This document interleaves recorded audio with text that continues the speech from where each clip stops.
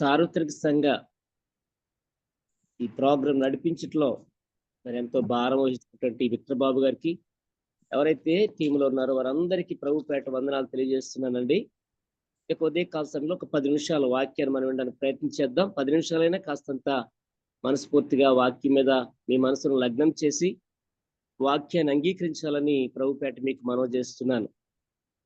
ఇక మరి సందర్భం ఏంటంటే అన్యులు ధన్యులు అనే మాట మీద చెప్పాలని ఆశపడుతున్నాను.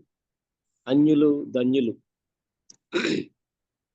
వాక్యంలో ఈ విధంగా రాయబడింది. ఎపిసి రాసిన పత్రిక 2వ అధ్యాయం 11వ వచనం చదివితే, ఎపిసి రాసిన పత్రిక 2వ అధ్యాయం ఎపిసి రాసిన పత్రిక 2వ అధ్యాయం 11వ వచనం చదువుతున్నానండి. కాబట్టి మునుపు శరీర విషయములో అన్యజనులై ఉండి శరీరమందు చేతితో చేయబడిన సున్నతి గలవారు అనబడిన వారి చేత సున్నతి లేని వారనబడిన వీరు ఆ కాలమందు ఇంకా చదవనండి. ఆ కాలమందు ఇశ్రాయేలుతో సహపౌరులు కాక పరదేశులను, వాగ్దాన నిబంధనలు లేని పరజనులను, నిరీక్షణ లేని వారును, లోకమందు దేవుని లేని వారినై ఉండి క్రీస్తుకు దూరస్తులై ఉంటిరని మీరు జ్ఞాపకం చేసుకున్నది. చాలా చిన్న మాట ప్రార్థన. ప్రేమగల తండ్రి, పరిశుద్ధుడ మీకు స్తోత్రాలు చెల్లిస్తున్నాను. నేనేం జ్ఞానం గలవాడిని కాదు, కానీ కేవలము నీ మీద ఆధారపడుతున్నాను అయ్యా. నాకంటే గనులైన వారు, ఉన్నతమైన వారు ఎవరైతే ఎంతో జ్ఞానం గలవారి పరిచయలో వాడబడుతున్నారు. అందుకే స్తోత్రాలు చెల్లిస్తున్నాను. దేవన తండ్రి అయినా ఎంతో నత్తని ప్రభా దీని నన్ను కూడా ఈ పరిచయలో నత్తని ప్రభు ఈ రీతిగా వాడుకుంటున్నందుకు స్తోత్రం చెల్లిస్తూ ఈ వాక్యం ద్వారా నాతో మాతో మాట్లాడి బలపరుస్తారమ్మని యేసు నామములో ప్రార్థిస్తున్నాను తండ్రి, ఆమేన్. ప్రభునందు ప్రియులరా, సార్వత్రిక సంఘ పరిచయలో పాలు పొందినటువంటి సహోదరి సహోదరులందరికీ యేసుక్రీస్తు ప్రభువు వారి పరిశుద్ధ నామములో వందనాలు తెలియజేస్తున్నానండి. ఇక్కడ మరి చాలాసార్లు ఈ భాగాన్ని మనం జ్ఞాపకం చేసుకున్నాం. కాబట్టి మునుపు శరీర విషయంలో అన్యుజనులయ్యండి శరీరమందు చేతితో చేయబడిన సున్నతి గలవారనబడిన వారి చేత సున్నతి లేని వారు అనబడిన మీరు. ఇక్కడ అన్యజనులు అనేటువంటి మాట మనకు కనిపిస్తా ఉంది. అన్యజనులు అంటే ఎవరు అంటే, వాక్య ప్రకారం చూస్తే వాక్యంలో చాలా సంగతులు ఉన్నాయి. అయితే కొన్ని సంగతులు ఎందుకు టైం తక్కువ ఉంది కనుక 5:42 అయింది కనుక ఒక 10 నిమిషాలు మనం వాక్యాన్ని వింటాం. ఇక్కడ అన్యజనులు అనేటువంటి సందర్భం మరి ప్రారంభంలో ఆదాము ఒక్కడే. ఆదాముకి చాటిన సహాయంగా దేవుడు అవ్వనిచ్చాడు. వారి ద్వారా మరి సంతానం అనేది ఈ భూలోకంలో మరి వృద్ధి అవుతూ వచ్చింది. వారికి 2 పిల్లలు. అందులో ఒక ఆయన పేరేమో కయ్యను, రెండో ఆయన పేరు హేబేలు. హేబేలు చంపబడ్డాడు. కయ్యను దేశదిమ్మరైపోయాడు. తర్వాత మరలా ఆదాము అవ్వలకు బిడ్డలు పుట్టారు. అక్కడ రాయబడి ఉంటుంది.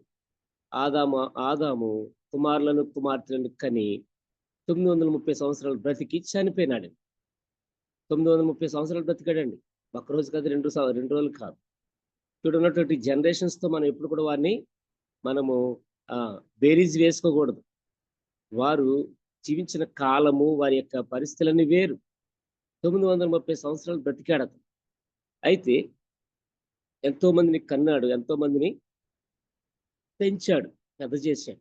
ఆ రీతిగా వృద్ధైనటువంటి ఈ సమాజం అలా 2 ద్వారా ఏమైందండి, ఈరోజు ఎంత గొప్ప కోట్ల మంది, ట్రిలియన్ కోట్ల మంది ప్రజలు పెరిగారు. ఎంతో మంది చనిపోతున్నారు, మరలా పుట్టుకొస్తున్నారు, చనిపోతున్నారు, పుట్టుకొస్తున్నారు. ఆ విధంగా అనేక రకాలైనటువంటి మరి విషయాలు రావడం జరిగింది. అయితే అందరూ ఒకే చోట ఉన్నారా అంటే లేదు. అలాగా మరి సమాజం పెరిగింది, ఆయా ప్రాంతాలకు వెళ్ళడం జరిగింది. అలాగలాగలాగలా శాఖోపశాఖలుగా పెరగ్గా ఇప్పుడు మనకి 7 ఖండాల మరిలో ప్రజలు ఉన్నట్లుగా భూమిని 7 ఖండాలుగా విభజిస్తే 7 ఖండాల్లో ఉన్న ప్రజలు ఆదాము యొక్క సంతానం అని మనం గుర్తించాలి. ఆదాము యొక్క సంతానం. మరి ఎట్లాగొచ్చారు ఈ అన్యులు? ఎట్లాగొచ్చారు ఈ అన్యులు అంటే ఆదాము ద్వారానే. ఆదాము ప్రారంభంలో ప్రభుకి ఎంతో ఇష్టమైన పాత్రగా ఉన్నాడు. కానీ తర్వాత దేవుని యొక్క మాటను ధిక్కరించి అవ్వ ఆదాములిద్దరు కూడా ఏదైతే దేవుడు తినొద్దని చెప్పాడో ఆ పండు తిని ఆజ్ఞాతిక్రమమే పాపం అన్న దాంట్లో పాపంలో పాలు పొంది ఈరోజు సర్వ ప్రపంచానికి పాపాన్ని మలినాన్ని తీసుకొచ్చినట్లుగా బైబిల్లో రాయబడి ఒక్కని అవిధేయత సమస్త మానవాళ్ళు ఏమైపోయింది ఏమండి మరణానికి పాత్రులైపోయినారు, అవిధేయులైపోయినారు. అంటే ఒకరి యొక్క అవిధేయతను బట్టి మరణం వచ్చింది సమాజం మీదకి. రామపత్రికలు మాటలు ఉన్నాయి కనుక ఆ రీతిగా ఒక వ్యక్తిని బట్టి సమస్త మానవాళి మరణానికి ఆహుతైపోవడానికి కారణమైంది. అయితే అదే సమాజంలో నుంచి ప్రియ ప్రభు యేసుక్రీస్తు ప్రభులు వారు ఆ సమాజాన్ని పాడైపోయినటువంటి అవిధేయులైపోయినటువంటి అక్రమకారులైపోయినటువంటి ఎంతో దుర్మార్గులైపోయినటువంటి ప్రజలను విడిపించటి కొరకు ఈ లోకానికి మానవుడిగా దిగి వచ్చాడు. ఇవన్నీ మనకు తెలుసు కదా. అయితే పాత నిబంధన ప్రకారము మరి ఈ మానవుల్ని పాత నిబంధన ప్రకారం మరి కొన్ని విధాలుగా మనం ఆలోచిస్తే అబ్రహాము ద్వారా మరి నూతనమైనటువంటి విషయాలు రావడం జరిగింది. అబ్రహాము అప్పటి వరకు ఉన్నటువంటి సమాజం ఎంతో దేవునికి అవిధేయులుగా అక్రమకారులుగా, అలాగే దానికి ముందుగా చూస్తే నోవాహు దినాలు, దానికి ముందుగా చూస్తే ఏమండి హనోకు దినాలు, హనోకు నోవహు, అలాగే వాళ్ళ నోవహు తర్వాత మనం ఆలోచిస్తే అబ్రహాం వస్తాడు. అబ్రహాము ద్వారా ఇస్సాకు ద్వారా ఇలా మనం చూస్తే అప్పుడు శ్రేష్టమైనటువంటి సమాజం అనేది రావడం జరిగింది. చాలా మంది ఎన్ని చెప్పినా పుట్టినది ఇద్దరు పిల్లలు ఒక తల్లిదండ్రులు పుట్టినా ఇద్దరు యొక్క ఆలోచనలు రకరకాలుగా ఉంటాయి, ఇద్దరు యొక్క రుచులు వేరువేరుగా ఉంటాయి, ఇద్దరు యొక్క అంబిషన్స్ అంటే అలవాట్లు వేరువేరుగా ఉంటాయి కదండి.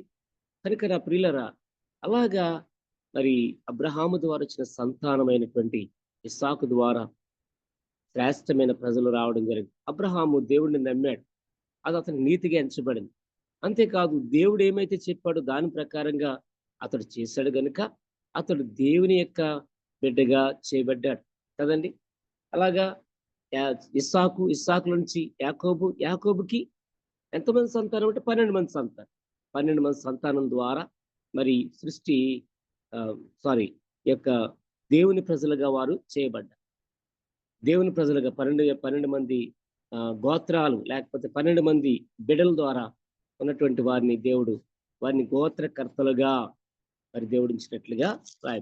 ఎవరంటే యాకోబు సంతానం, వాగ్దానం ప్రకారం వారు దేవుని బిడ్డలుగా చేయబడ్డారు. ఆ రీతిగా వారు మరి ముందుకు వెళ్ళడం జరిగింది. వారిని బట్టే వారు కనాను దేశానికి వెళ్ళారు, కనానులో వారు స్థిరపడ్డారు. తర్వాత నెమ్మదిగా ఇజ్రాయేల్ అనేది ఏర్పడింది. ఇవన్నీ మనకు అంత చరిత్ర, ఇవన్నీ చెప్పడం టైం లేదు కానీ తప్పులరా ఆ విధంగా. అయితే అక్కడ ఉన్నది మాట ఏంటంటే మరి అన్యజనులు ఎలా వచ్చారు? అబ్రహాము కూడా అన్యుడే కదా, అబ్రహాము కూడా విగ్రహారాధకుడే కదా, అబ్రహాము కూడా దేవుని ఎరగని వాడే కదా. అయితే అతడు నమ్మాడు కనుక దేవుని బిడ్డాడు. అయితే చాలా మంది నమ్మలేదు. ఈ నమ్మని వారిని అన్యులు అన్నారు. ఎవరు నమ్మలేదు వీళ్ళంటే దేవుణ్ణి నమ్మలేదు. ఎవరిని నమ్మారు వీళ్ళు?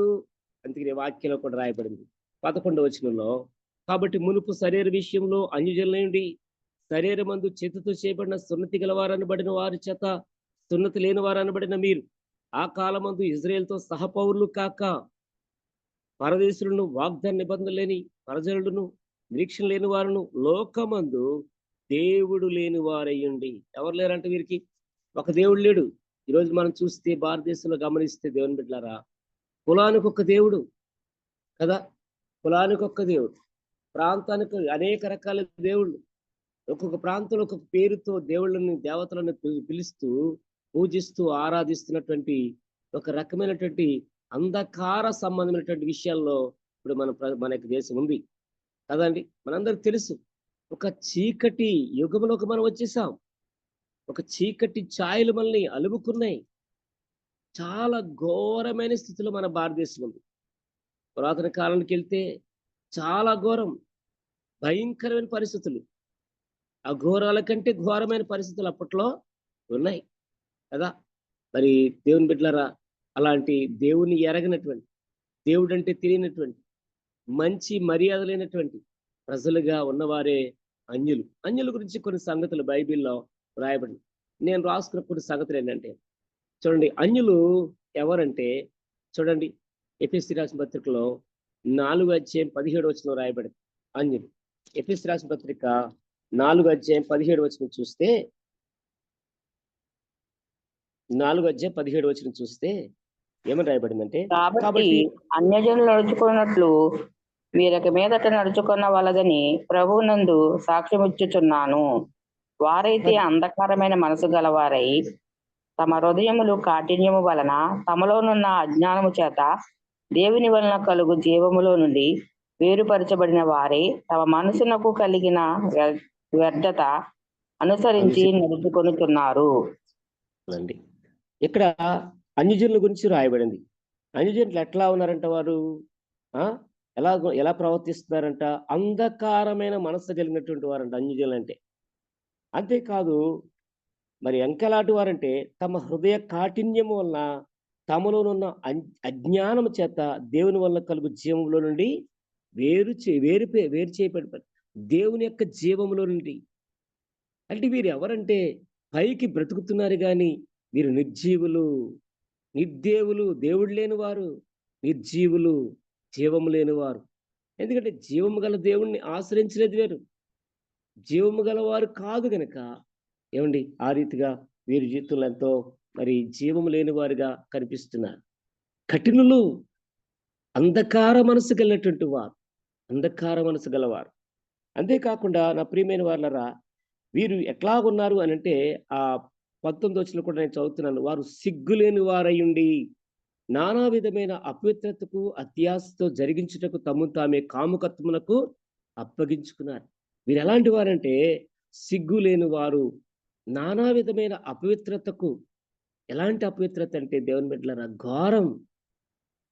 ఘోరమైనటువంటి అపవిత్రత.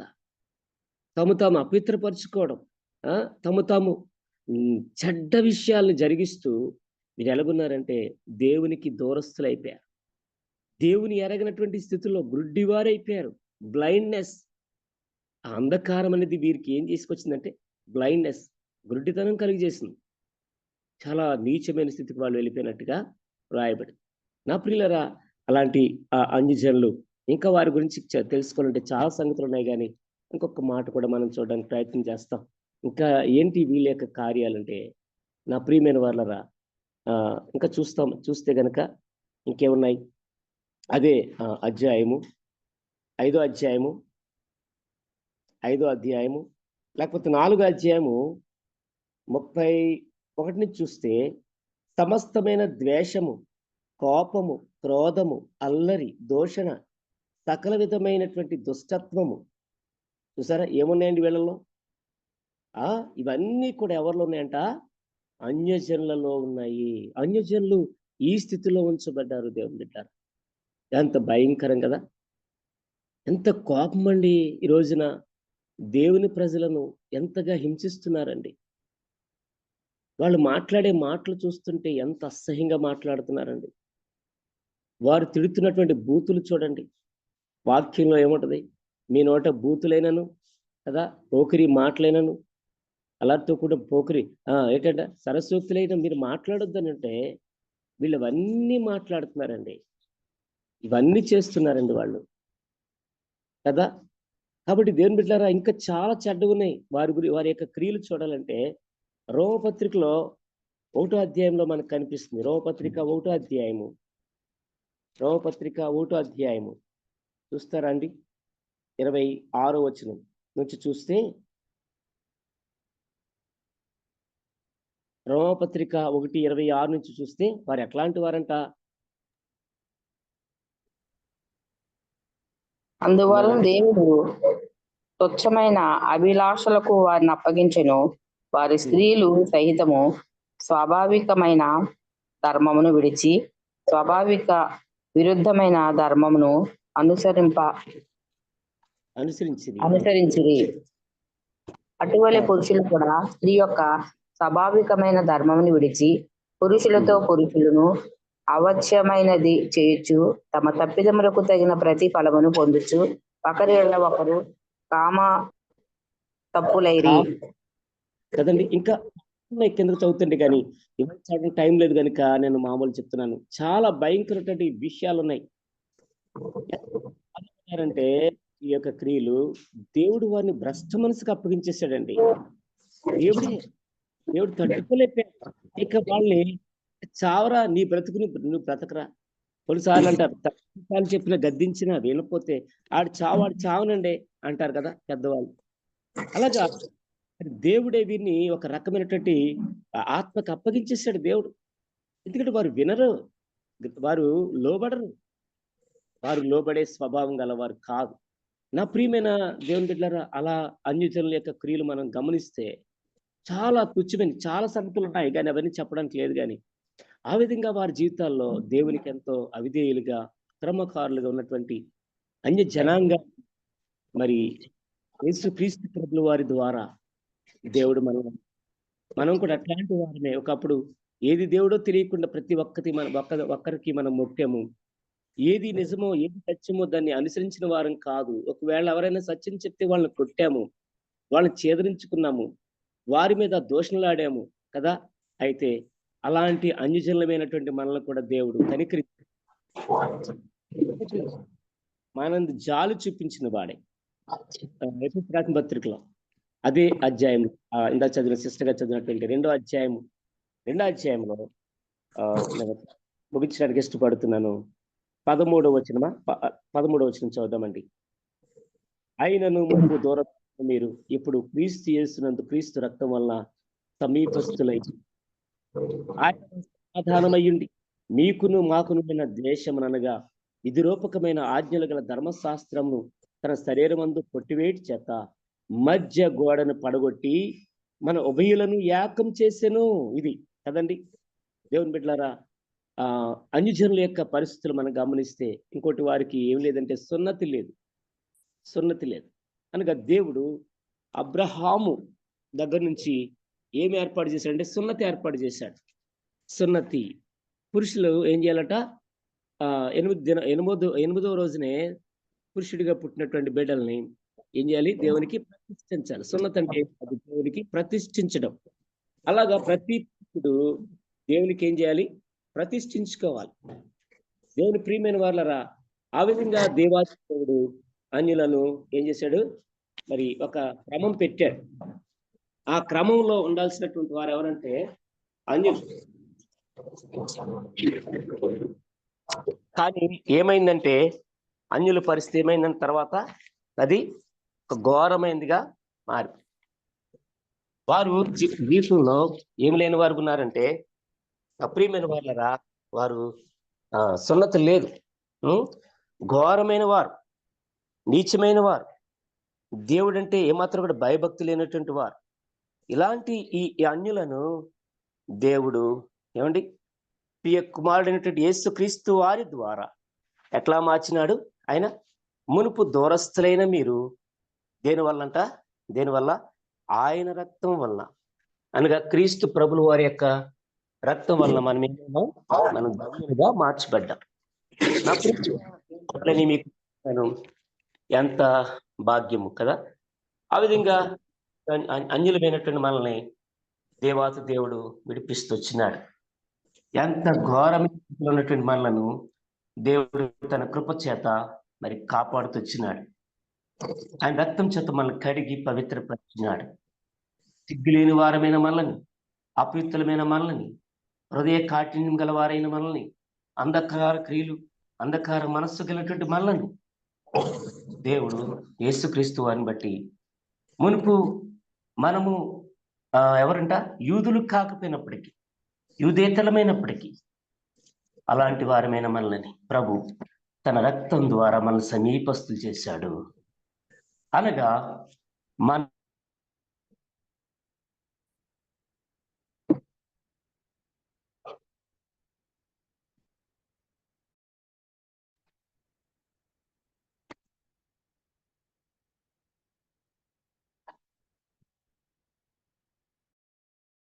Voice వినపడతలేదు brother.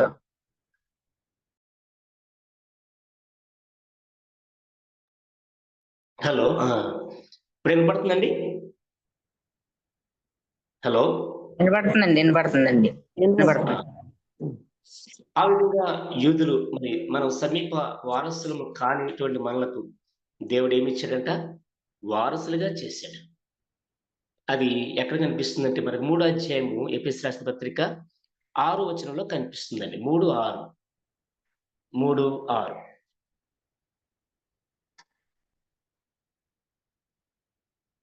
ఎఫెసీయులకు రాసిన పత్రిక 3:6. క్రీస్తు యేసునందు ఆయన మనకు చేసిన ఉపకారము ద్వారా అత్యధికమైన తన కృప మహాధైర్యమును రాబో యుగములలో కనపరచు నిమిత్తము యేసుక్రీస్తునందు మనలను ఆయనతో కూడా లేపి పరలోకమందు ఆయనతో కూడా కూర్చుండబెట్టెను. తర్వాత కిందకి చదువుకుని వస్తే, మీరు విశ్వాసము ద్వారా కృపచేతనే రక్షింపబడి ఉన్నారు. ఇది మీ వలన కలిగినది కాదు, దేవుని వరమే. అది క్రియ వలన. 3:6 అండి. 3 అధ్యాయము 6 వచనం. సరే. ఈ మర్మం ఏదనగా అన్యజనులు సువార్త వలన క్రీస్తునందు యూదులతో పాటు సమాన వారసులను ఒక శరీరమందలి సాటి అవయవములను వాగ్దానములో పాలివారై ఉన్నారను రనున్నదియే. దేవుడు కార్యకార్యగు తన శక్తిని బట్టి నాకు అనుగ్రహించిన కృపావరము చొప్పున నేను ఆ సువార్తకు పరిచారకుడనైతిని. చాలు. ఇక్కడ ఏమంటాడంటే చక్కగా మనకు కృపనిచ్చాడండి దేవుడు. యేసు ప్రభుల వారిని బట్టి మనం ఏమయ్యాము? రక్తం బట్టి సమీపస్థులమయ్యాం. రెండోది, యూదులతో మనల్ని ఏం చేశాడండి దేవుడు? ఏకం చేశాడు. 2:14 ఉందన్నమాట. తర్వాత మనల్ని సమాన వారసులుగా చేశాడు దేవుడు. దేని బట్టి అంటే, ఎవరైతే యేసుక్రీస్తుని విశ్వాసించారో అన్యులే, ఎవరైతే యేసుక్రీస్తు రక్తాన్ని ఆశ్రయించారో, ఎవరైతే యేసును తమ రక్షకుడిగా అంగీకరించి ఆయన యొక్క రక్తంలో తమ పాపంలో కడుక్కోవడానికి ఇష్టపడ్డారో వారందరూ కూడా ఏం చేయబడ్డారు? ఆయన పిల్లలుగా చేయబడ్డారు. నిజం. అంధకార మనస్సు పోయింది, హృదయ కాఠిన్యం పోయింది. సిగ్గులేని కార్యాలు చేస్తున్న మనము ఎప్పుడైతే యేసు ప్రభు దగ్గరికి వచ్చామో, అయ్యో ఆ పనులన్నీ మనకి ఎంత అసహ్యకరంగా మారిపోయినాయో. అపవిత్రులుగా ఉన్నటువంటి మనము పవిత్రమైన జీవితం జీవించడానికి ఇష్టపడుతున్నాం.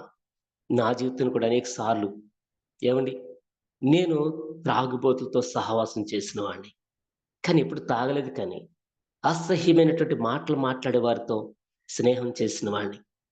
తల్లిదండ్రులు ఎన్నిసార్లు గద్దించినా లోబడలేదు నేను. నా మట్టుకు నేను సినిమాలు రాత్రనగా పగలనక సినిమాలకి వెళ్ళిపోయేవాడిని. ఏమండి, రికార్డింగ్ డ్యాన్స్లో, తర్వాత రకరకాలైనటువంటి కార్యక్రమాల్లో పాలు పొందుతూ నా జీవితాన్ని ఎంతో అపవిత్రం చేసుకున్నవాడిని. నిజంగా అప్పుడు ఆ పాపిష్టి కార్యాలు ఆ ఫ్రెండ్స్‌తో తిరుగుతున్నప్పుడు, ప్రభువునంటే ఎరగనటువంటి వారితో తిరుగుతున్నప్పుడు, వాళ్ళు మాట్లాడే మాటలు, తప్పుడు మాటలు, డబుల్ మీనింగ్ మాటలు, అసహ్యమైన మాటలు నాకేమీ తప్పుగా అనిపించేది కాదు. నవ్వుకునేవాళ్ళం సరదాగా. కానీ ఇప్పుడైతే ఆ మాటలు వినపడుతుంటే అసహ్యం వస్తుంది. అవమానంగా భావిస్తున్నాను. ఏదైనా చూడడానికి అప్పట్లో సిగ్గుపడేవాడిని కాదు. కానీ ఎప్పుడైతే యేసు ప్రభు దగ్గరికి వచ్చానో, ఏదైతే చెడ్డదుందో దాన్ని చూడడానికి భయం పడుతుంది. తర్వాత ఒకవేళ గనక మనం ఏదన్నా సడన్‌గా ఏదన్నా చూసాము అంటే, చూడకూడనిది చూస్తే వెంటనే అసహ్యం పడుతుంది. రెండోది భయం పడుతుంది. మూడోది ఏంటంటే నాలో గిల్టీనెస్. ఎట్లా అంటే, అయ్యో నేను తప్పు చేశాను కదా అనేటువంటి భావన. ఎప్పుడు ఇవన్నీని ప్రభు దగ్గరికొచ్చిన తర్వాత, ప్రభు దగ్గర రాకముందు ఏమనిపించేది కాదు. ఏమనిపించేది కాదు. చూడండి, వర్షంలో పడుకున్న గేదె మీద ఎంత వర్షం పడుతున్నా దానికి ఏమనిపించదంట. అదే ఆవైతే తట్టుకోలేదు. అలాగా నా జీవితం అంధకారమైనటువంటి నా జీవితాన్ని దేవుడు మరి పరిశుద్ధమైనదిగా మార్చినాడు కదండి. ఆ రీతిగా నేను ప్రభు దగ్గరికి వచ్చినప్పుడు నేనేం చేయబడ్డాను? రక్తం వలన సమీపస్తున్నాయని. అలాగే మనందరం కూడా యూదులం కాదు మనం, అన్యులము అయినప్పటికి కూడా యూదులతో సహపౌరసత్వాన్ని దేవుడు మనకిచ్చాడు. మూడోది, సమాన వారసులుగా మనల్ని చేశాడు దేవుడు. అంతేకాదు, వారు ఏ వాగ్దాన దేశానికి మేము వాగ్దాన పుత్రులం అనుకుంటున్నారో, వారు కేవలము ఈ లోక సంబంధమైనటువంటి ఇజ్రాయెల్ దేశానికేమో కానీ మనము పరసంబంధమైనటువంటి యెరూషలేము కొరకై ఎదురు చూస్తున్నాం. ఆ యెరూషలేము నీతిగల రాజ్యము, పరిశుద్ధులుండే రాజ్యం, పరిశుద్ధుడైన దేవుడుండే రాజ్యము, అదే పరలోకం. తర్వాత దేవుని బిడ్డలారా, ఈ విధంగా అనేక సంగతులను జ్ఞాపకం చేసుకోగలిగితే మనం ఎంతగా మన జీవితంలో ధన్యులమైనాం. వాక్యం వింటున్న వారు ఎవరైనప్పుడు కూడా ఒకప్పుడు ప్రభువుని ఎరక్క ముందు మీరు ఎలాగున్నారు? మనందరూ తెలుసు, ప్రభువుని నమ్మక ముందు విగ్రహారాధన చేసినప్పుడు ప్రతి రాతికి, రప్పకు ముగ్గులు పెట్టాము, బొమ్మలు వాటికి బొట్లు పెట్టాము. వాటికి ఎన్నో చేశాం మనం. కదండీ! కానీ అవన్నీ ఒకసారి జ్ఞాపకం చేసుకుంటుంటే ప్రభు దగ్గరికొచ్చిన తర్వాత, అయ్యో! నేనెంత అసహ్యమైన భక్తి చేశానే. దేవుడు కాని వాడిని నేను దేవుడని ఆరాధించానే. ఆ పేర్లు అనేక సార్లు తలచానే అనిపించట్లేదా అండి? నా ప్రియులారా! కనుక దేవుడెంత గొప్ప దేవుడు. అలాంటి అన్యజనులమైనటువంటి మనలను క్రీస్తు రక్తం వలన ధన్యులుగా, ధన్యకరమైన జనులుగా మార్చేశాడు. మనం చూడగలిగితే పేతురు రాసిన మొదటి పత్రిక 2:9 ప్రకారం చూస్తే, పేతురు రాసిన మొదటి పత్రిక 2:9 ప్రకారం చూస్తే ప్రస్తుతం మనం ఏమైపోయినాం? చదువుతారండి? పేతురు రాసిన మొదటి పత్రిక 2:9. అయితే మీరు చీకట్లో నుండి ఆశ్చర్యకరమైన తన వెలుగులోనికి మిమ్మల్ని పిలిచిన వాని గుణాతిశయములను ప్రచురము చేయు నిమిత్తము ఏర్పరచబడిన వంశమును, రాజులేని యాజక సమూహమును, పరిశుద్ధ జనమును, దేవుని సొత్తైన ప్రజలై ఉన్నారు. సరే అండి, ఎంత అద్భుతమైనటువంటి స్థితి మారిపోయిందండి. మన పరిస్థితులు మారిపోయినాయి. ఇప్పుడు దేవుని సొత్తైన ప్రజలము. ఒకప్పుడు కులానికి ఒక్క దేవుడు నమ్మాం. మా కులం ఇది, మా కులానికి ఒక దేవుడున్నాడు. మా మతం ఇది, మా ప్రజలు ఇది, మా ప్రాంతం ఇది, మా ప్రాంతానికి దేవుడున్నాడు, దేవత ఉంది, ఇది నమ్మాం. కానీ ఇప్పుడైతే ఏ ప్రాంతం, ఎంతమంది ప్రజల మధ్యలో ఉన్నా ఇప్పుడు మనకి దేవుడు ఎవరండి? యేసు ప్రభుని మన దేవుడిగా అంగీకరించాం, మన రక్షకుడికి అంగీకరించాం. మనకు ఏ దేశంలో ఉన్నటువంటి క్రైస్తవుడికైనా ఒకే ఒక్క దేవుడు, ఆయన పేరే యేసు క్రీస్తు ప్రభు. నా ప్రియమైనటువంటి వాళ్ళరా, ఎంత ధన్యులుగా మార్చబడ్డాం. అన్యులము, చీకటి క్రియలు, అంధకార క్రియలు, భ్రష్టమైన స్వభావం కలిగినటువంటి మన బ్రతుకులను ప్రభు ఎట్లా మార్చేస్తున్నాడు. ఇప్పుడు ఆయనకి ఇష్టలుగా మనం జీవిస్తున్నాము. ఒకప్పుడు ఏదైనా కష్టం వస్తే ఆ రాతి రప్పతో చెప్పుకునేవాళ్ళు, కానీ ఎటువంటి మనకు మనసు తృప్తిగా ఉండేది కాదు. ఏదైనా నెమ్మది ఉండేది కాదు. ఇప్పుడైతే మనకి నెమ్మది ఇచ్చాడు దేవుడు, సమాధానం ఇచ్చాడు దేవుడు, ఒక ధైర్యాన్ని ఇచ్చాడు, ఒక భరోసా ఉంది మనకిప్పుడు, ఒక నిరీక్షణ ఉంది. ఆయనే ప్రభువైన యేసుక్రీస్తు వారు దేవుడు ఉన్నాడు అనేటువంటి ఒక మంచి ధైర్యం మనకుందండి. నా ప్రియమైన దేవుని బిడ్డలారా, ఇంత ఇట్లాంటి స్థితిలోకి మనం తీసుకొచ్చిన దేవునికి మనం ఏం చెల్లించగలం? అన్యులుగా, లోకంలో దేవుడు లేని వారుగా, మరి సున్నతి లేని వారు అనబడినటువంటి వారి చేత సున్నతి లేకుండా, మనకు నిజంగా సున్నతి ఉందండి ఇప్పుడు? లేదు మనకు. యూదులకుంది సున్నతి. 8 నెలలు వచ్చిన 8 దినాల్లోనే సున్నతి చేయించాలి. మనకుందా? లేదు ప్రతిష్టత. 8 దినంలోనే ప్రభుకి ప్రతిష్ఠించేయాలి. దాన్నే రోమన్ క్యాథలిక్ వారు ఏం చేస్తారు? చిన్న వయసులోనే జ్ఞాన స్నానం అంటారు. జ్ఞాన స్నానం ద్వారా ప్రతిష్ఠిస్తారు. కానీ ఇవన్నీ ధర్మశాస్త్ర ప్రకారం జరిగిన కార్యాలు. కానీ ఇప్పుడు మనం ధర్మశాస్త్రం ప్రకారం కాదు, ప్రభువైన యేసుక్రీస్తు వారి రక్తం ద్వారా ఇప్పుడు దేవునికి ఏమైపోయాం మనం? సమీపస్తులమే. రక్తం యొక్క విలువ, నా ప్రియమైన యేసుక్రీస్తు వారికి కాచిన రక్తం యొక్క విలువ ఎంత గొప్పదో ఆలోచించండి. అందుకనే ప్రభువుని మనం ఆరాధించాలి, స్తుతించాలి. ఈరోజు ప్రభువుని ఆరాధించే దినం ఆదివారం. సంఘంగా, కుటుంబాలుగా వెళ్ళి సంఘంలో ప్రభువుని ఆరాధించాలి, ప్రభువుని సేవించాలి. ఎందుకో తెలుసండి? ధన్యులుగా చేయబడ్డాం అన్యులమైన మనం. ఒకప్పుడు లోకంలో పాపంలో విచ్చలవిడిగా తిరిగినటువంటి మనము ఈ రోజున ప్రభు బిడ్డలుగా చేయబడ్డాం. ఒక అర్థమైనటువంటి జీవితాన్ని జీవిస్తున్నాం, ఒక నిరీక్షణ కలిగి ఉన్నాం, ఒక రాజ్యం ఉందని మనకి. కాబట్టి దేవుని బిడ్డలారా, వాక్యం వింటున్న ప్రతి ఒక్కరు కూడా ప్రభువుని ఆరాధించట్లో ఈ సంగతాన్ని జ్ఞాపకం చేసుకుంటూ ప్రభువుని ఆరాధన చేయాలి. వాక్యానుక్రమంలో మనం ఆరాధన చేయాలి.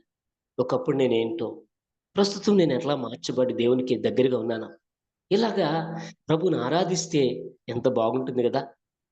ఆయన 2025 సంవత్సరాల క్రితం నీ కొరకు నా కొరకు చేసినటువంటి ఆ గొప్ప కార్యం, ఆ సిలువ కార్యము కేవలం యేసునందు విశ్వాసించడం ద్వారా పరలోక రాజ్యానికి వారసులుగా చేయబడ్డాం.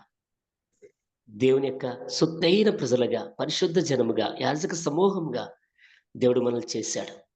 అందుకే మనం ప్రభువును స్తుతిస్తూ ఆరాధిస్తూ కొనియాడాలి. దేవుడి మాటలు దీవించును గాక. ఆమేన్. ఆమేన్.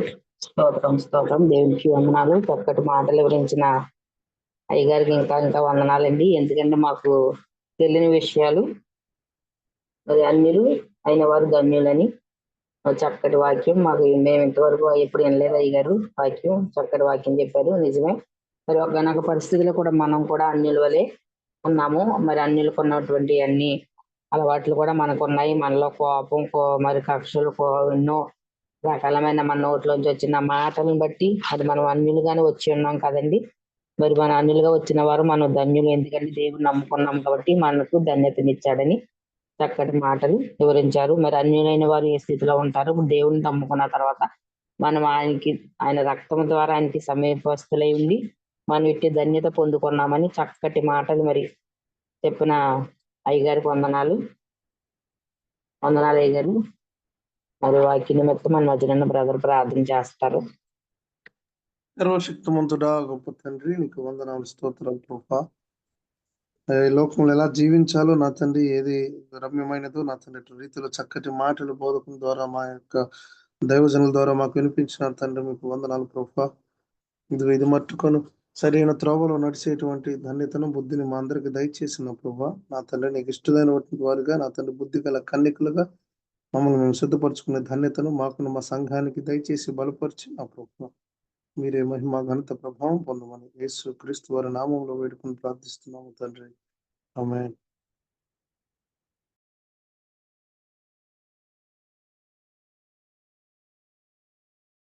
దేవునికి స్తోత్రం. వాక్య నిమిత్తం ప్రార్థన చేసిన బ్రదర్ గారికి వందనాలండి. ముగింపు ప్రార్థన చేసుకుందాం. అయ్యగారు ఉన్నారా? డ్రాప్ అయిపోయారు. విజయకుమార్ అయ్య గారు ముగింపు ప్రార్థన చేసి ఆశీర్వాదం ఇచ్చండి. ముగింపు ప్రార్థనలో వరలక్ష్మి గారు వాళ్ళ భర్త గారి కోసం ప్రార్థనలో పెట్టండి. అదే టోన్స్ రాయిందండి, అది ఆపరేషన్ లేకుండా కరిగిపోయేలాగా ప్రార్థనలో పెట్టండి. అలాగేనండి. అలాగే మా పాస్టర్ గారు కంసాలపాలెం ఆవిడ వాళ్ళ కోళ్ళ గారు నిడదవోలు గవర్నమెంట్ హాస్పిటల్ ఉన్నారంట. ఏదో కరిసిందంటండి. అది ఏమైంది తెలియదు, చీకట్లో కరిసిన వాళ్ళని పామో జీరో ఏదో తెలియదు, హాస్పిటల్లో ఉన్నారు. ఆవిడ తొందరగా కోలుకుని ఇంటికి వచ్చేలాగా ప్రార్థనలో పెట్టండి. అలాగేనండి. ప్రార్థన చేద్దామండి. ప్రేమగల మా తండ్రి, పరిశుద్ధుడైన మా ప్రభువా, మీకు వందనాలు చెల్లిస్తున్నాను. ఈ ఉదయకాల సమయంలో మరొకసారి మేము స్తుతిస్తూ కొనియాడుతున్నాను. దేవా, నిజమే అన్యజనులైనటువంటి మమ్ములను దేవా నీకు సొత్తైన ప్రజలుగా, శ్రేష్టమైన ప్రజలుగా మమ్మల్ని మార్చావు. నేను నీకు ఇష్టలుగా మమ్మల్ని చేసుకున్నావు. ఎంత ధన్యులము ప్రభా. నేను స్తుతిస్తున్నాను, కొనియాడుతూ ఆరాధిస్తున్నాను. నీ ప్రేమ తప్ప వేరేమీ కాదయ్యా. మమ్మల్ని ఎంతగా నీ వలే మమ్మల్ని ప్రేమించి ధన్యులు చేసిన వారు ఎవరు లేరు నాయన. నీ గొప్ప ప్రేమకై స్తుతిస్తున్నాను. నేను కూడా ఒకప్పుడు పాపంలో, లోకంలో నా ఇష్టానుసారంగా జీవించిన వాడినే. కానీ ప్రభువా, నీ రక్తము, నీ పరిశుద్ధత నా జీవితాన్ని మార్చింది. అందుకే స్తుతిస్తూ కొనియాడుతూ, ముఖ్యంగా ఈ సమయంలో నా తండ్రి, నా ప్రభువా, నా రక్షక, ఎవరైతే నా తండ్రి జూమ్ మీటింగ్లో ఈ యొక్క నా తండ్రి ప్రభు జూమ్లో ఉన్నారో, సార్వత్రిక సంఘ పరిచయలు పాల్పొందిన ప్రతి ఒక్కరిని జ్ఞాపకం చేసుకునండి. వారి నా తండ్రి ప్రభు ఉన్నటువంటి పరిస్థితులన్నింటి కూడా మీరు కనికరించమని ప్రార్థిస్తున్నాను. నా ప్రియమైన దేవ, నీ ప్రజలను దర్శించండి. నీ ప్రజలకు సంపూర్ణమైనటువంటి కృపద ఇచ్చేయండి. నీ ప్రజలను ప్రభాని మీరు నా తండ్రి మీరే కనికరించి చూపించవలసిందిగా ప్రార్థిస్తున్నాను. నీ ప్రజల విషయంలో ప్రభా, నువ్వెంతైనా నమ్మదగిన దేవుడవు. నీ ప్రజలను కనికరించి చూపించండి దేవా. నాయన, మా ఇందు ఎంత కనికరింగల దేవుడు. ఎవరి తండ్రి సమయంలో చారిత్రక సంఘ పరిచయలో ఎంతో భాగంగా ఉన్నటువంటి దాసుడు విక్టర్ బాబు గారి కుటుంబం కొరకు ప్రార్థిస్తున్నాం. ఎన్నో సమస్యలు కూడా వెళుతున్నప్పటికీ మీ కృపలో ఆయన్ని మొత్తం జ్ఞాపకం చేసుకుని నడిపిస్తున్నందుకు స్తోత్రములు. అలాగే అతని ప్రభా సహోదరి గ్రేస్ గారి కొరకు ప్రార్థిస్తున్నాను తండ్రి. నాయన కనికరించి చూపించు దేవా. వారికి ప్రతి సమస్య నుంచి విడిపించు. హైమవతి గారి కొరకు, వారి కుటుంబ సమస్యలు కనిపించి నాయన పాలు విక్టర్ గారి కొరకు ప్రార్థిస్తున్నానయ్యా.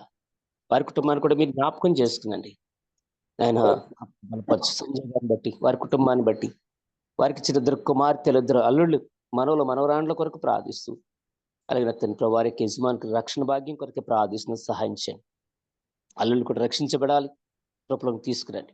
అలాగే నా తండ్రి దాసులకు సంపూర్ణ ఆరోగ్యం దయచేయండి. ముఖ్యంగా వారి యొక్క మరి నేను పాస్టమ్ గారి యొక్క కుమార్తె ప్రార్థిస్తున్నాం. మరి నా తండ్రి ప్రభు కోడలు గారు, వారికి ఏం జరిగిందో ఎవరికి తెలియదు ప్రభా, సమస్తము ఎరిగిన దేవుడివి, ఏదున్నా ఎటువంటి హాని చేయకుండా కాపాడు. మీకు ఏది ఎంత మాత్రం హాని చేతన్న వాగ్దానం పక్షంగా నెరవేర్చండి.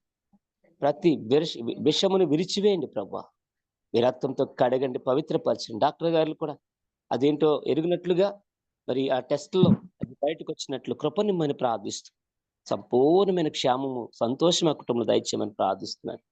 అలాగే నా తండ్రి రావు గారి కొరకు ప్రార్థిస్తున్నానయ్యా. ఆయన దాసుని బట్టి వందనాలు. దేవాన తండ్రి బలపరుస్తూ ఈ పరిచర్లంతో బలంగా వాడుకుంటున్నందుకు వందనాలు. మరియ గారిని బట్టి ప్రార్థిస్తున్నాను. కనికరించి చూపించండి నాయన.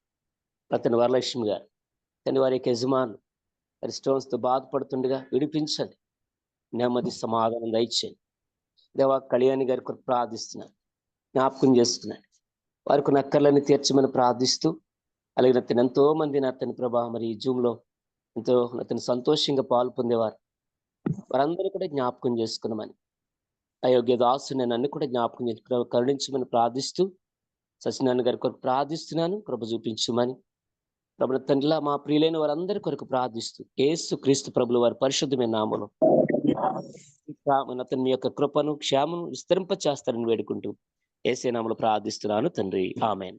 ఇప్పుడు మన తండ్రి దేవుని యొక్క ప్రేమ, ఆయన కుమారుడైన యేసు ప్రభుల వారి యొక్క కృప, పరిశుద్ధాత్మ దేవుని యొక్క అన్యోన్య సహవాసము, సమాధానం మనకును సర్వలోకంలో ఉన్న పరిశుద్ధులకును ఆయన కృప కొరకు ఎదురు చూచి వారికి నిత్యము తోడై నడిపించును గాక. ఆమేన్. వందనాలు మాస్టర్ గారు. అమ్మ వందనాలమ్మా.